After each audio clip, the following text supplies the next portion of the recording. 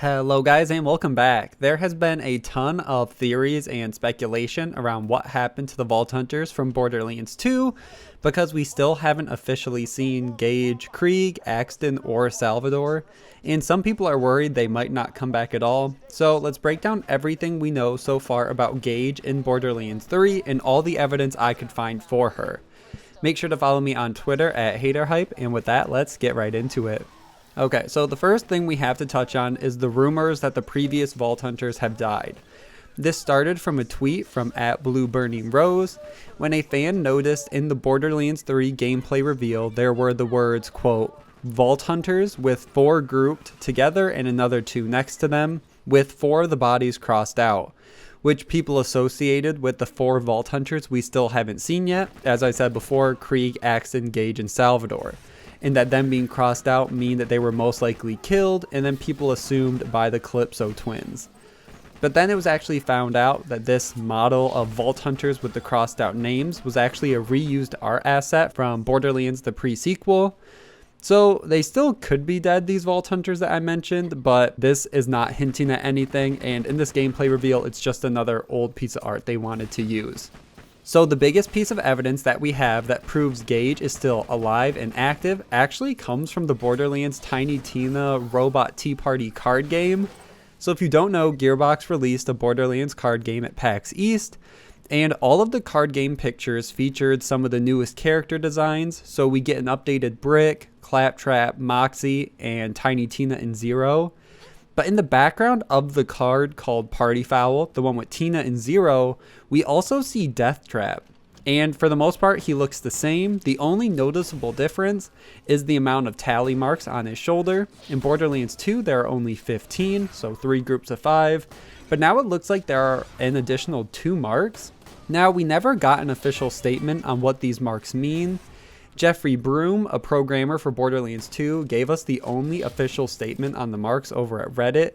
He said, quote, I'm not sure what the marks indicate, it may be nothing. The fact that it is exactly 15 leads me to believe that whichever artist did that, I'm not even sure who worked on DeathTrap, just wanted some tally marks there and put enough to fill the space. So even though it doesn't mean anything now, that could definitely change, and we could get some explanation as to why now he has 17 marks instead of 15. But I just take this as confirmation that Gaige is still around. If DeathTrap is still around, she is definitely still around with him because he can't be summoned without her. And Gearbox has also invested more into Gaige than a ton of the other characters, and her story would line up with what we've seen so far in Borderlands 3. Because it has been highly speculated that these Malawan/crime robots we have seen in Borderlands 3 were based on the stolen design from Gaige's Echolog backstory. Sorry, my newsfeed just picked up an article with Marcy's name on it.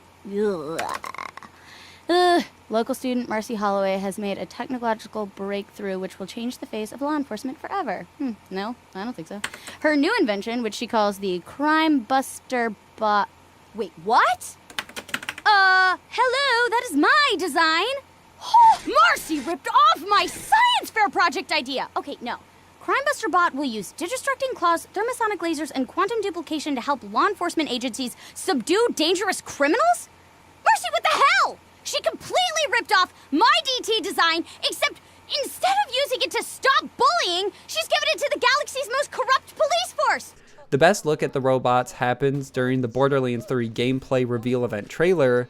I'll play the clip where we definitely see a police robot. It's painted blue. It has the blue siren lights on each shoulder. Even it looks like it has a badge over one of its breastplates. So it looks very similar to DeathTrap. So with all of this lining up, it could definitely mean that we could be seeing the stolen design and either be going back to Gaige's home planet, Eden 5, for a vault there, or we could see these designs have now spread out through the universe, and now we work with Gaige to destroy them because it's for her, it's very personal because it's her stolen work. And one last piece of evidence I want to mention is the voice actress Cherami Lee has been one of the most used Borderlands 2 voice actresses. She did all the voices for Gaige in-game.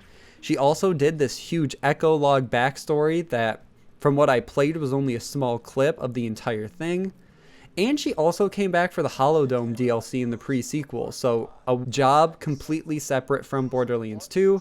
So I would say it's safe to assume that she is returning, and tie that with DeathTrap being spotted with a slightly new design and the stolen police robots. I would say that we will definitely be seeing Gaige return for Borderlands 3, and that she will tie into more of the story. And I think that's in general what they're doing with the Vault Hunters. They're finding ways to incorporate them into the story. So Zero partnering with Reese, Maya having this new girl that we still don't have really any answers about, and if Gaige now will help us through either Eden 5 or another Eden planet, it just is making them more prominent in the story than just being basic NPCs. But that's where I'm going to end this video. Thank you guys so much for watching. Make sure to like and share, subscribe for all things Borderlands, and I will see you guys in the next one.